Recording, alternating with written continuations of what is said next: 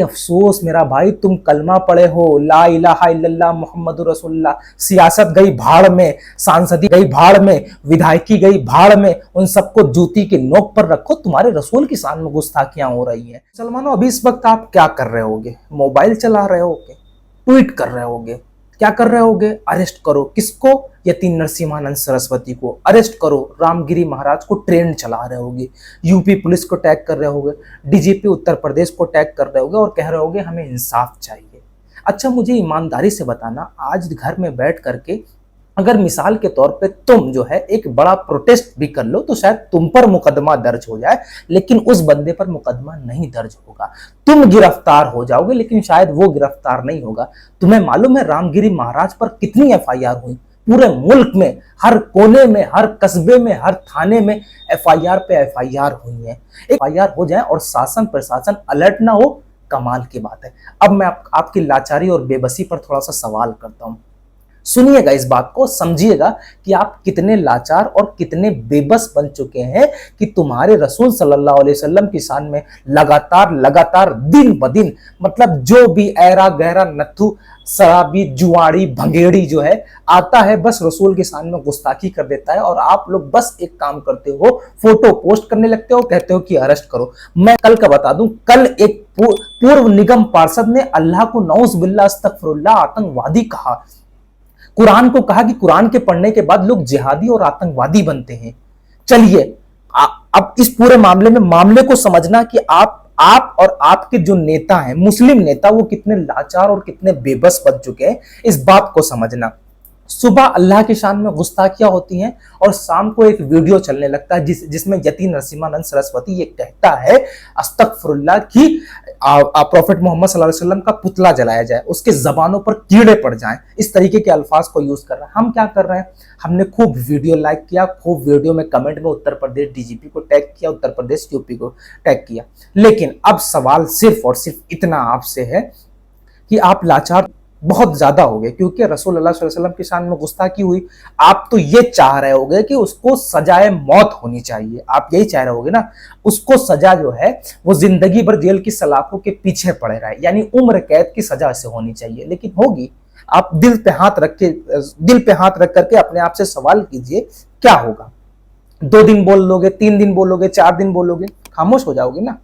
और लगातार मैं सिर्फ एमआईएम को छोड़ करके, एमआईएम के नेता को छोड़ करके, एमआईएम का नेता चाहे वो पंडित हो चाहे वो मुल्ला हो, सबने एफआईआर दर्ज करवा दी। अब सुनिएगा, अब मामला यहां पर आ गया।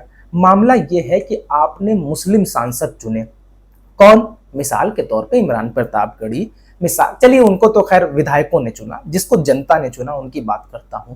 मिसाल के तौर पे हम इकरा हसन बहन की बात कर लेते हैं, मिसाल के तौर पे इमरान मसूद की बात कर लेते हैं, जियाउर रहमान साहब की बात कर लेते हैं। ऐसे बहुत सारे नेता मुस्लिम सांसद हैं, मतलब गिनती अगर फेरिस्ट निकाली जाए तो 24 मुस्लिम सांसद हैं, जिसमें असदुद्दीन ओवैसी को निकाल देते हैं।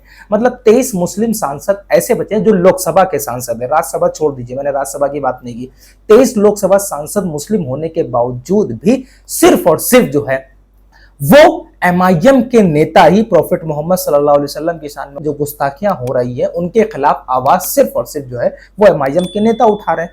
लेकिन अब सवाल समझिएगा, मामला समझिएगा कि तुम्हारा 1% भी वोट ना पाने वाला शख्स तुम्हारे हर मुद्दों पर खड़ा हो रहा है, और जिसको तुमने लाखों वोट दिया, एक तरफा वोट दिया, अपनी क़यादत को, अपनी ताकत को, अपनी रहनुमाई को, अपने सियासत को यतीम कर दिया, आपने छोड़ दिया।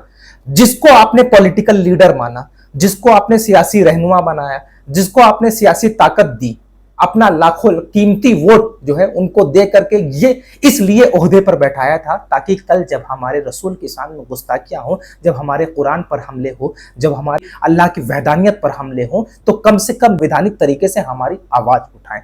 लेकिन इनकी आवाज में, या यूं कह लीजिए इनके जबानों पर ताले पड़ चुके हैं, इनके जबान ने लकवा मार चुकी हैं, या फिर जुमला बदल दूं, इनके जबानों पर, इनकी जबान की लगाम अगर किसी के पास है तो सो कॉल्ड सेकुलरिज्म वाले नेताओं के पास है। जब वो ढील देंगे तब ये जबान खोलेंगे। मतलब आदेश कहां से आएगा? जब वहां से आएगा। अरे अफसोस मेरा भाई, तुम कलमा पढ़े हो, ला इलाहा इल्लल्लाह मुहम्मदुर रसूलुल्लाह, सियासत गई भाड़ में, सांसदी गई भाड़ में, विधायकी गई भाड़ में, उन सबको जूती के नोक पर रखो। तुम्हारे रसूल की शान में गुस्ताखियां हो रही हैं। तुम्हारे रसूल को नौज बिल्ला कहा जा रहा है कि इनका पुतला जलाया जाए। तुम्हारे अल्लाह की शान में किस तरीके से नाकाबिले बर्दाश्त कलमात का यूज किया जा रहा है, और तुम्हारी गैरत नहीं जाग रही। तुम नमाज पढ़ते हो, तुम अल्लाह को जानते हो, तुम्हारे अंदर जर्रा बराबर भी गैरत है। मेरा मुसलमान भाई, तुम ठगे गए हो, इस बात को समझो। तुमको हमारे साथ सिर्फ छल और कपट किया गया। तुम क्या सोचते हो कि एक मुस्लिम सांसद बना दिया, हमारी गली बन गई, रोड पक्की बन गई, नाली बन गई, हमारे मोहल्ले में जो है ट्रांसफार्मर रख गया, हमारे घर के सामने बिजली का खंबा हो गया, बस खुश। तुम्हारी गाड़ी का चालान हो गया तो सांसद जी ने फोन करके छुड़वा दिया, तुम्हारी गाड़ी पकड़ के, बस इतने में खुश।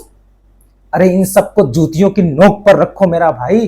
पॉलिटिकल तरीके से तुमको सियासी यतीम बना दिया गया, और आज तुम गुस्ताखे रसूल सल्लल्लाहु अलैहि वसल्लम के खिलाफ एहतजाज नहीं दर्ज कर सकते हो। तुम इतने यतीम बन चुके हो, तुमको इतना बेसहारा कर दिया गया। सहारा देने वाले चुपचाप बैठे हुए हैं। यूं कह लीजिए कि उनको ऐसा लगता है कि उनके कानों में सुना ही नहीं देता, बहरे हो चुके हैं, जबान के गूंगे हो चुके हैं। और तुम क्या कर लोगे यार? तुम्हें 4 लठ पुलिस मारेगी, ठीक हो जाओगे? ज्यादा होगा, तुम पर मुकदमा, 1-2 पर मुकदमा दर्ज कर लेगी, 40 अपने आप बैठ जाएंगे। तो इसलिए मैं कहता हूं भाई, अपनी पॉलिटिकल पार्टी को मजबूत करो। कम से कम कुछ नहीं, मैं कहता हूं तुम्हारी MIM कुछ नहीं करेगी, मैं मान लेता हूं कुछ नहीं, तुम्हारी सड़कें नहीं बनवाएगी, तुम्हारी नालियां नहीं सही करवाएगी, तुम्हारे खंबे नहीं लगवाएगी, तुम्हारा साथ नहीं देगी, तुम्हारा चालान नहीं छुड़वाएगी, तुम्हें पुलिस से नहीं बचाएगी। लेकिन जब नामूसे रसालत पर हमला होगा तो वो तमाम लोग तुम्हारे साथ खड़े होकर नजर आएंगे, गुस्ताखे रसूल के खिलाफ नजर आएंगे, और तुम्हारे साथ मिल करके लब्बैक या रसूलुल्लाह का नारा लगाएंगे। लेकिन मुसलमानों, तुम समझ नहीं पा रहे हो इस बात को। समझो, अपनी पॉलिटिकल पार्टी को मजबूत करो, वरना ऐसे ही चले जाओगे, ऐसे ही तुम्हारे साथ धोखा किया जाएगा, सिर्फ और सिर्फ तुम यतीम बनकर के रह जाओगे। खैर, मेरे बात से अगर सहमत है तो ज्यादा से ज्यादा इस वीडियो को शेयर कीजिएगा, और मेरे इस YouTube चैनल को सब्सक्राइब जरूर कीजिएगा।